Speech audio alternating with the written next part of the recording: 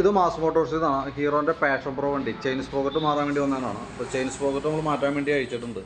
അപ്പോൾ chain sprocket കിറ്റേപ്പാടിയാണ് നമുക്ക് മാറ്റേണ്ടത്. അതായത് 2 സ്പോക്കറ്റും ചെയിനും കൂടി വരുന്ന കിറ്റായിട്ടാണ് വരാം.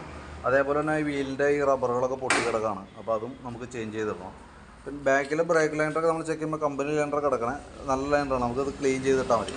ക്യാമൊക്കെ ഒന്ന് അഴിച്ച് ഗ്രീസ് ചെയ്ത് ഉപയോഗിക്കാം. പിന്നെ അതേപോലെ തന്നെ ചെയിൻ അഡ്ജസ്റ്റ് ചെയ്യാനായിട്ട് ഉപയോഗിക്കുന്ന സ്ലീവ് ആക്സിലാണത്. അതിൻ്റെ ത്രെഡ് പോയി കിടക്കുകയാണ്. അപ്പോൾ അത് കൂടി ഒന്ന് കൂട്ടത്തിൽ കൂടെ ചേഞ്ച് ചെയ്തിടണം കേട്ടോ.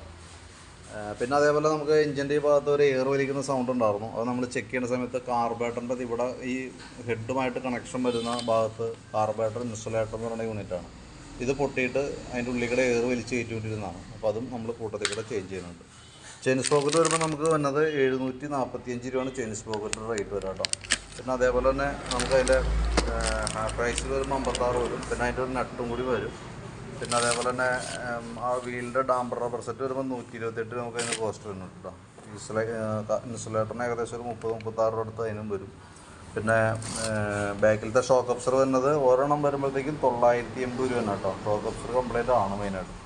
ഒരെണ്ണത്തിന് 980 രൂപ ഉണ്ട്. അപ്പോൾ ഷോക്ക് അബ്സർ ഈ സൈഡൊക്കെ നോക്കുമ്പോൾ നല്ല രീതിയിൽ ലീക്കേജ് ഉണ്ട്. അപ്പോൾ അതുകൊണ്ട് തന്നെ നല്ല തെറിപ്പാണ് ബാക്ക് സൈഡ്. അപ്പോൾ അതും ഒരു കാരണമാണ് ചെയിൻ സ്പോക്കറ്റ് പെട്ടെന്ന് കംപ്ലൈൻറ്റിലേക്ക് പോകാനായിട്ടുള്ളത്. അപ്പോൾ ഷോക്ക് അബ്സർ കൂടി കൂട്ടത്തേക്ക് നമ്മൾ മാറുന്നുണ്ട്. അപ്പോൾ ബാക്കിലത്തെ 2 shock absorber, chain sprocket, wheel rubber, half axle nut, carburettor, insulator, ഇത്ര ഐറ്റമാണ് നമ്മൾ ഇതുമായി ബന്ധപ്പെട്ട് മാറണം കേട്ടോ.